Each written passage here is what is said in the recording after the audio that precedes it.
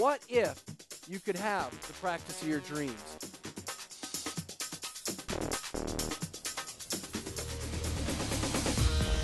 What's holding you back?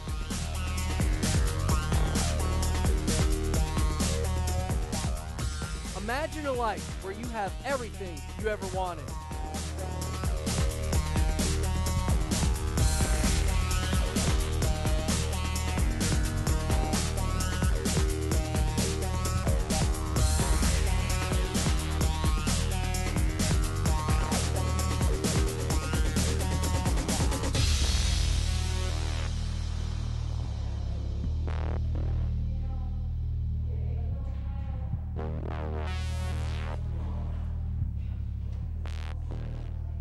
Welcome to Accelerate My Practice. Glad you could join us here today. We today are going to be talking about the hygiene handoff. Kind of an important piece that a lot of people I don't think realize what impact it can have on your practice, but the impact can be huge from a case acceptance perspective. And so we've had a lot of conversations, a lot of feedback from people wanting to still increase case acceptance, which is always a big issue we deal with.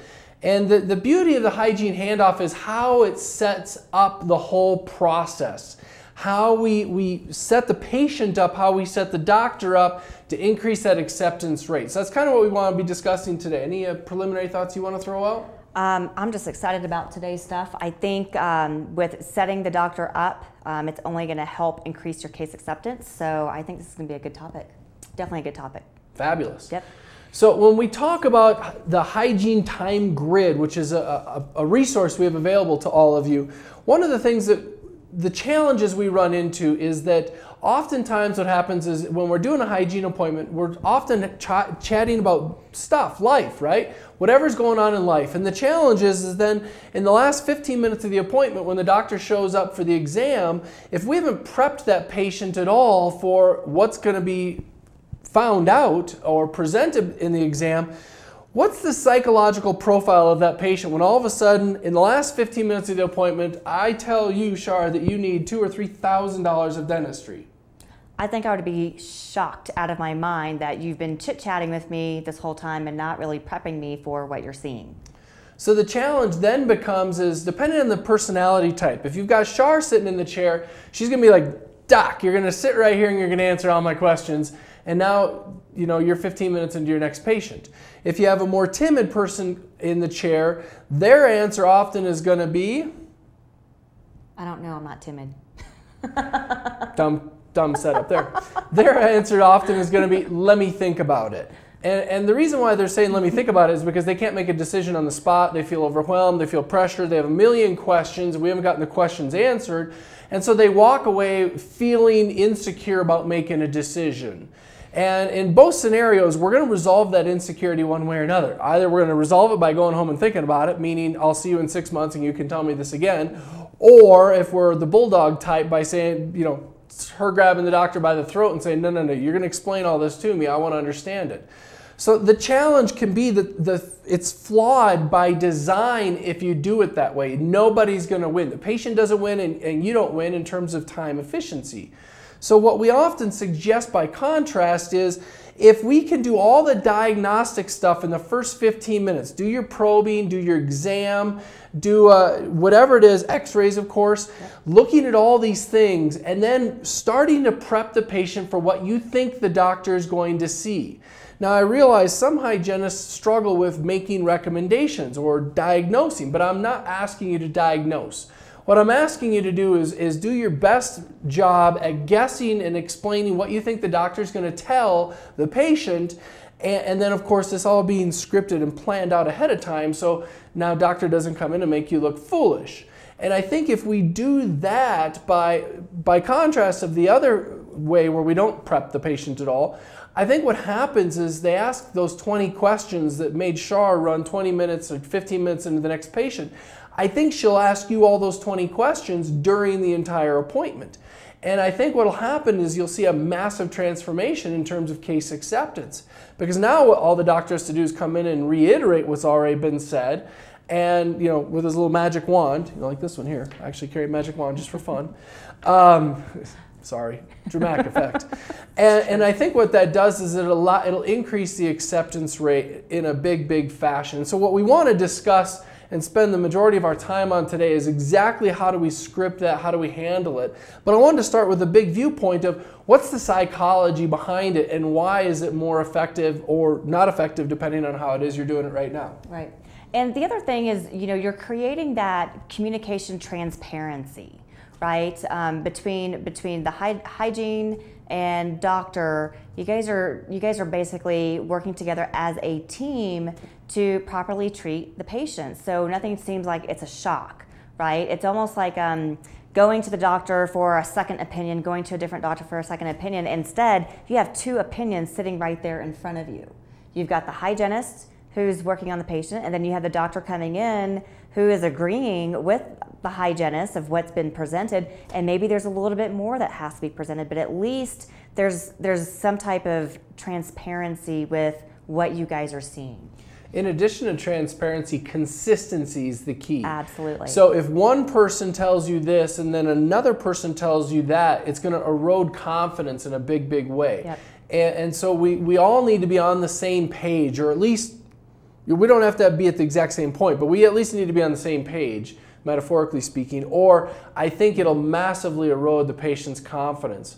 So how would I like to see this work out? You know what I would suggest when we're in that hygiene appointment and we see some areas of concern, obviously taking intraoral camera pictures, getting those up on the screen in the first 10-15 minutes of the appointment so the patient's staring at those things.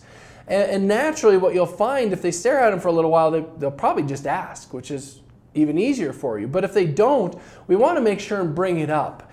And the other reason why we want to bring it up is then, if we do all that, start all this dialogue in the first 15 minutes of this appointment, now the doctor has the flexibility to come in and do an exam at any time. Because one of the challenges often is for the doctors that they're sitting there phasing out their process, their restorative process, their crown or whatever it might be.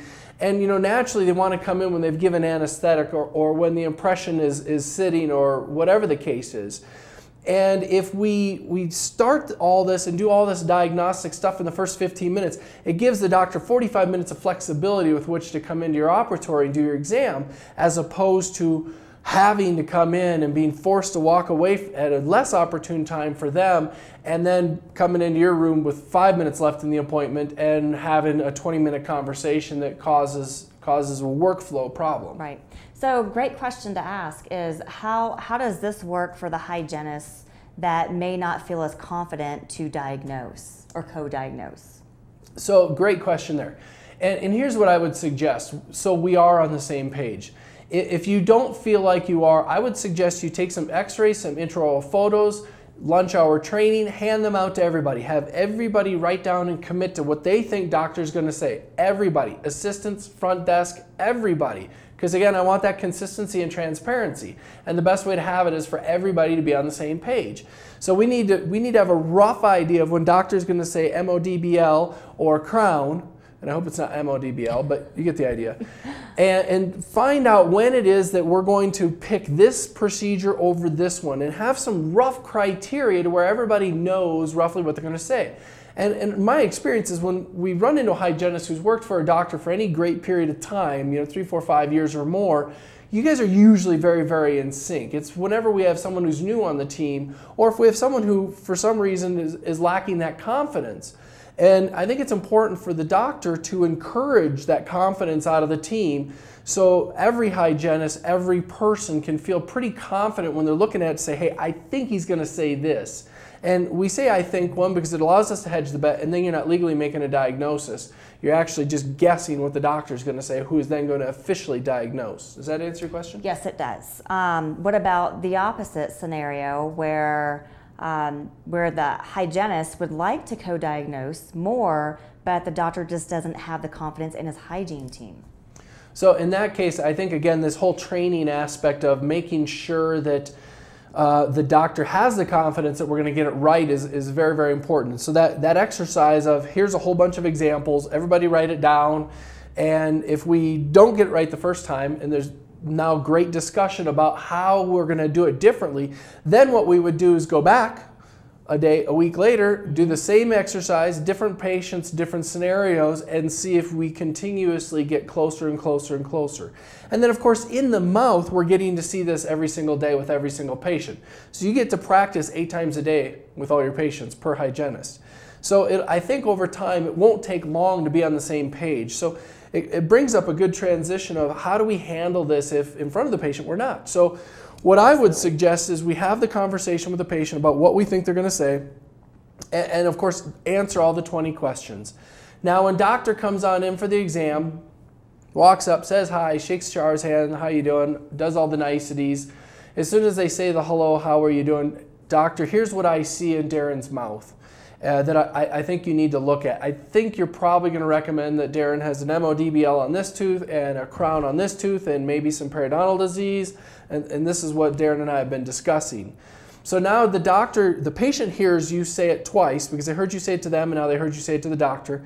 Now doc can wash his hands or do whatever he wants to do, have some more small talk while he's kind of sizing up the scenario of this patient, how they're feeling, how they're acting, how is their body reaction to what the hygienist just said in front of them.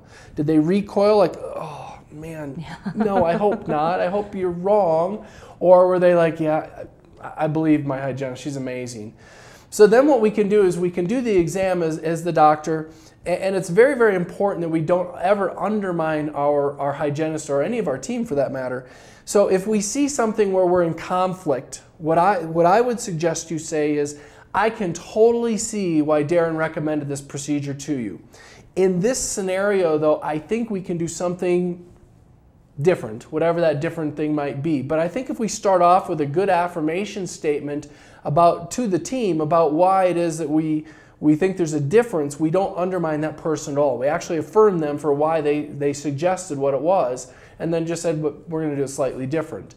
And then by contrast, if they nail it on the head, we can look at the patient and say, you know, Char's incredible. She needs to go to dental school because she could have my job if she wanted. She's so good.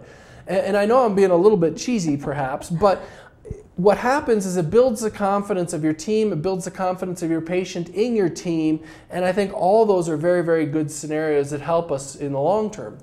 So in order for this to be successful, it's important between doctor and hygienist that you guys have I guess a good business plan together of expectations of, you know, what the doctor would like to see, what the hygienist would like to do, making sure that you guys in the background already know what expectations you want to set with the type of discussions that you want to have with the patients where you're co-diagnosing.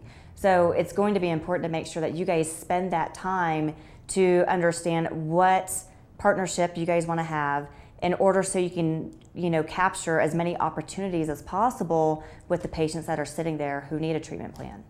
Well, and it brings up a point of prioritization. So if I come in with a mouthful of destruction, you know, what we need to do continuously is educate our team about how we want to prioritize treatment.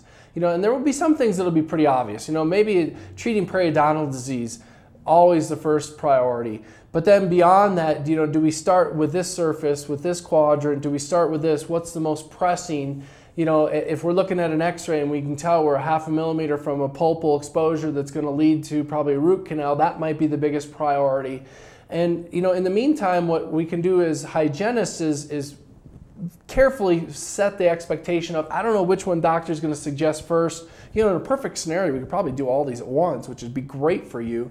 But, you know, I'll let you and doctor sort of work that out. But the whole idea is to get the dialogue going. So the 20 questions, there's always 20 questions, right? If I come into you and I start talking about how I'm going to grow your practice, you ask me 20 questions, and that takes time. What you don't want to do is have 20 questions start 5 minutes before the appointment ends, because somebody's going to become dissatisfied. Either the patient's going to become dissatisfied and not accept it, and you're not dissatisfied, or you push too aggressively and the patient feels dissatisfied even though they say yes, and then they end up canceling and no-showing. And my experience is if we have and give the patient lots of time, 45 minutes, you know, roughly, of 20 question time, it gives them great comfort in this decision and thus decreases that no-show cancellation rate or just the lack of confidence in them going and asking another dentist for a second opinion. Absolutely. Well, there's also the other side of it too. What if the patient has a healthy mouth? right? What if the patient has a healthy mouth? What do you do for treatment there? Do you go through a smile analysis with the patient to ask them how would they rate their smile? And then would you want to offer that patient whitening? And then if the doctor's coming in to do a check, is the doctor going to come in to reiterate that with a smile analysis? And would you be open to whitening? You know, those simple things too. It doesn't necessarily have to be with patients that have an issue. What about the healthy mouth patients as well? What does that protocol look like? You know, and I think we covered this in one of the hygiene ones, but it's always good to reiterate. I completely agree. One of the challenges I find is if all we do is tell our patients, you're amazing, you're amazing, you're amazing, at some point, especially if I'm a cash patient, I'm going to start thinking to myself, if I'm so amazing, why do I need to pay $100, $150 to come in here, right? Right, yeah. But if by contrast, if you're looking at them going, hey, you're doing a really good job of your home care, but it's equally important that we stay a team. Don't break up the team, to quote the Blues Brothers, or whatever movie that was from. I don't know why. Keep on going. we don't want to break up the team, and use the metaphor of teeth are kind of like icebergs. You know, what percentage of an iceberg is above the water? And it's, you know, 20%-ish. Another 80% is below the water. And with your teeth, you as a patient can only have access to 30% of your teeth maybe.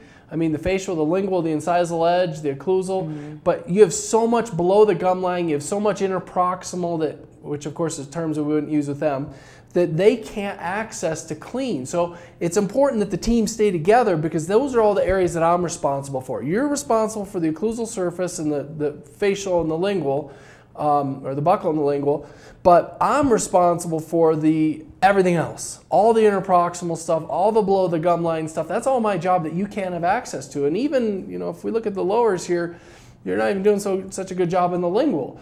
And so I think if we have those sorts of conversations, it keeps the team together as opposed to, no, you can do this on your own. Right, absolutely. There was another thought I had in there. I don't remember what it was. Okay. Do you have something else you want to say while I try to get the train back on the tracks?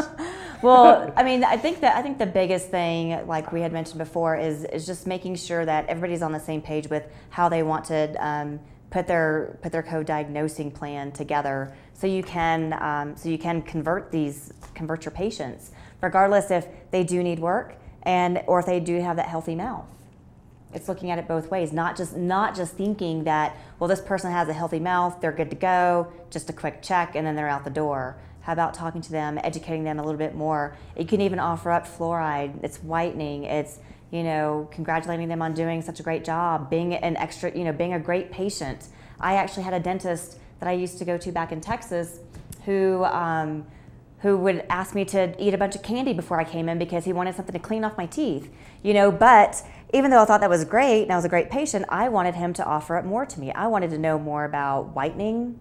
What about the fillings that I have? Are they in good order? Can I, you know, upgrade them to something else? Like I'm waiting for my doctor to ask me for more. So the thought I had earlier that I lost was the smile makeover, or the healthy mouth, as she was just discussing. So I've had two offices that were highly cosmetic offices. One of them was, I don't know, some sort of a certification that like hardly anyone has in this country. And another one literally had cosmetic dentist in the name of the practice and the website. So I sat down in both of these chairs from a role-playing perspective and played patient, and asked them to treat me just like any patient, you know, shy of taking the x-ray. And what was interesting was to, one, compare and contrast the two. But the one in particular, when she was all done, it was a female doctor, she was like, you know, everything looks great. And I was like, are you done? She's like, yeah, I dismiss you at this point. And I was like, okay, here's what's interesting to me about that. I have some relapse from my ortho from my childhood in my lower that could easily be straightened out, probably some Invisalign. At that point, I had a mucocele in my lower lip that she didn't even mention. I don't know if she even saw it. And you know, I like my coffee ever since I had kids. So I have some coffee staining, and she didn't offer me whitening. She didn't offer me anything with a mucocele. I have a wide open contact on the upper left. Could have offered some cosmetic elective solutions. And the other doctor did the same thing, surprisingly, and missed all of those same scenarios. And it was a little shocking to me to see this two highly cosmetic doctors not offer them to me.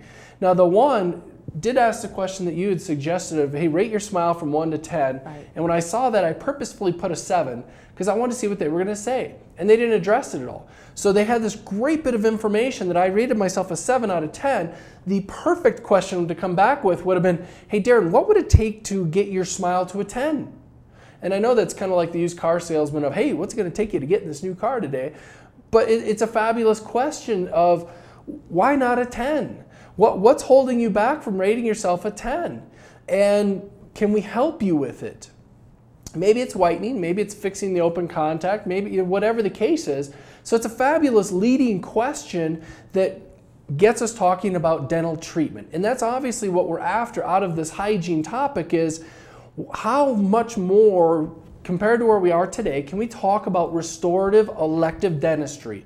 Because elective and restorative dentistry is where you're going to get the majority of your growth. If all we're doing is patching a hole and cleaning some teeth, we're going to have a limited amount of success. And there's nothing wrong with that. If that's your goals, your practice, I'm not trying to demean you at all. But if you have bigger ambitions, whether it's to offer to your patients or whether it's bigger economic ones, the bigger the problem you offer, the bigger solution you offer, the bigger the paycheck. And so I think it's important that we are always at least offering them elective procedures. Whether they choose them or not is entirely up to them, and I'm not going to judge the patient if they don't, but we should at least make them available.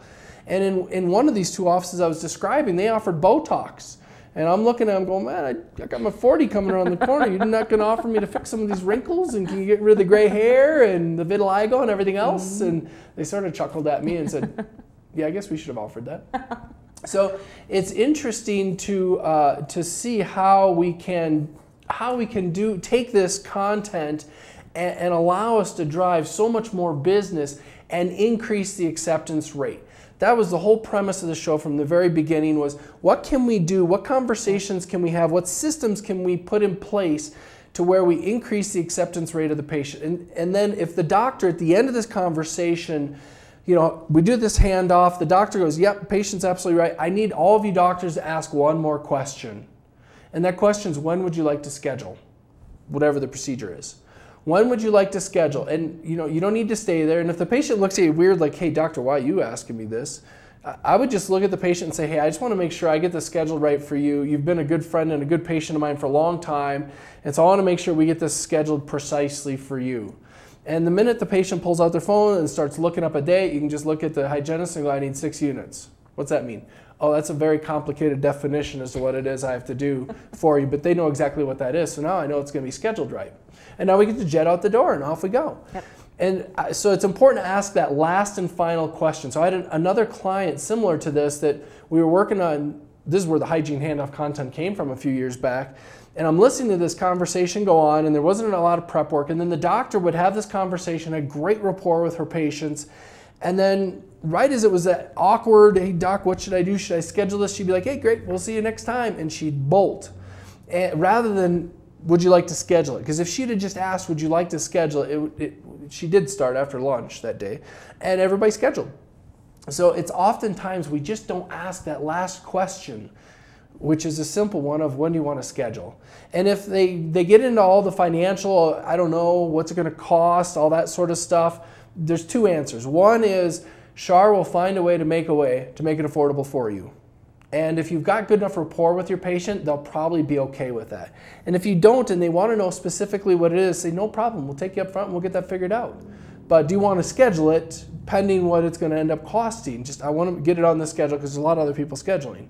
And if they don't, no big deal. Take them up front, answer the financial question, and then make sure someone else asks. So when we take them up front, then we need to repeat everything that was discussed. Hey, Shar really wants to get this treatment done, and here's why.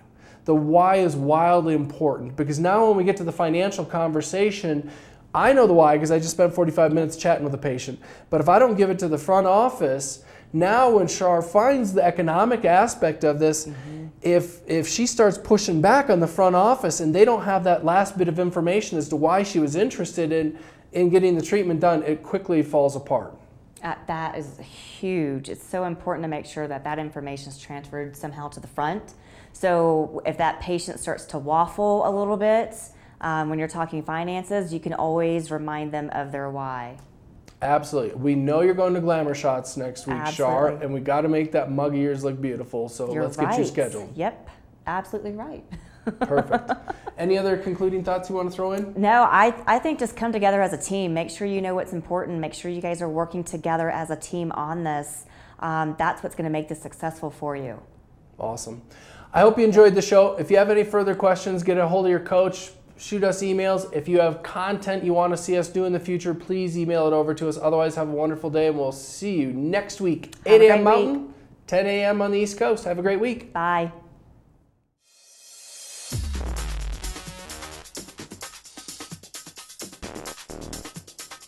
What if you could have the practice of your dreams?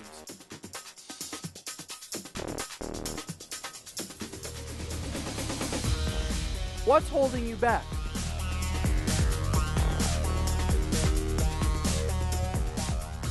Imagine a life where you have everything you ever wanted.